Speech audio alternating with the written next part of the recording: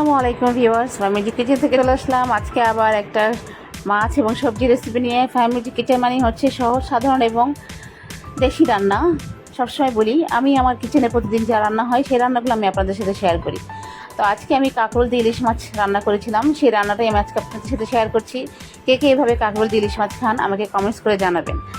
তো আমি আজকে এই কাকরোলগুলো প্রথমে এভাবে চাকচাক করে কেটে নিয়ে হলুদ লবণ এবং একটু মরিচের গুঁড়ো দিয়ে মাখিয়ে নিয়েছি। তারপর সেটা আমি তেলে হালকা করে একটু ভেজে নিয়েছি, ভেজে নিয়ে উঠিয়ে নিলাম কাঁকরোলটা আমি।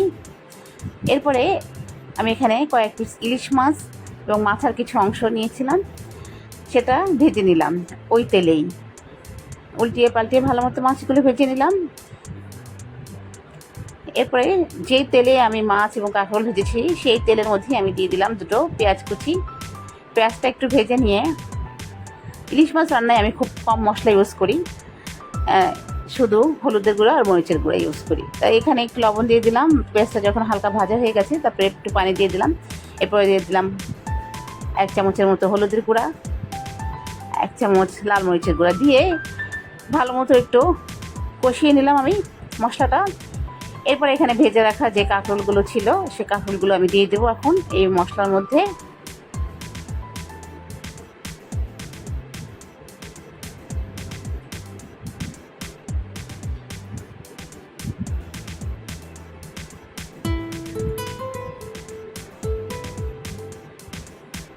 কাঁকরোলটা দিয়ে আমি কিছুক্ষণ এটা একটু মশলার সাথে নেড়েচেড়ে কষিয়ে নেব।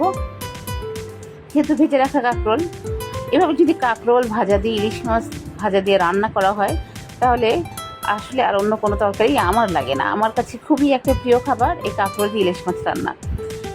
কিছুক্ষণ কাঁকরোলটা কষিয়ে নিয়ে ঢেকে দিয়েছিলাম। তারপরে এখানে দিয়ে দেব পরিমাণ মতো ঝোলের জন্য পানি।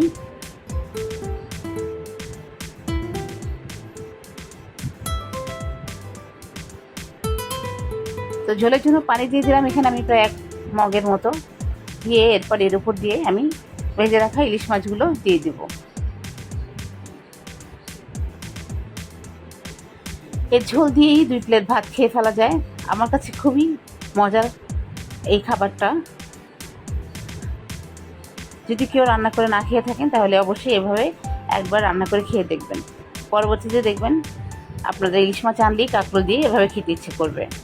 এবার মাছগুলো দিয়ে আমি আরও কিছুক্ষণ থেকে রান্না করব মাছটা এবং কাঁকরোলটা পুরোপুরি সিদ্ধ হওয়া পর্যন্ত। হয়ে গেছে আমার ইলিশ মাছ দিয়ে কাঁকরোলের তরকারি।